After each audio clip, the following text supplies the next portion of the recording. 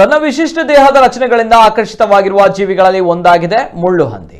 ಅಳಿವಿನಂಚಿನಲ್ಲಿರುವಂತಹ ಈ ಮುಳ್ಳು ಹಂದಿಗಳೆರಡು ಮಂಜಿನ ನಗರಿ ಮಡಿಕೇರಿ ನಗರದಲ್ಲಿ ಕಾಣಸಿಕ್ಕಿವೆ. ಹನಿ ಹನಿ ಮಳೆಯ ಮಧ್ಯೆ ಮ್ಯಾನ್ಸ್ ಕಾಂಪೌಂಡ್ ಬಳಿ ಪ್ರತ್ಯಕ್ಷವಾಗಿದ್ದ ಮುಳ್ಳು ಹಂದಿ ಜೋಡಿ ಅಚ್ಚರಿ ಮೂಡಿಸಿತು. ನಗರದಲ್ಲಿ ಮಳೆ ಕಾಣಿಸಿಕೊಂಡ ಬೆನ್ನಲ್ಲೇ ಆಹಾರವನ್ನು ಅರಸಿ ಕಾಡಿನಿಂದ ನಾಡಿಗೆ ಬಂದಿದ್ದವು. ಮಡಿಕೇರಿಯ ನಿವಾಸಿಯೊಬ್ಬರ ಮನೆಯ ಅಂಗಳದಲ್ಲಿ ಫುಲ್ ಬಿಂದಾಸಾಗಿ ಅಡ್ಡಾಡಿದ್ದ ಅವು ಕೊನೆಗೆ ಮರಳಿ ಕಾಡನ್ನು ಸೇರಿಕೊಂಡಿವೆ.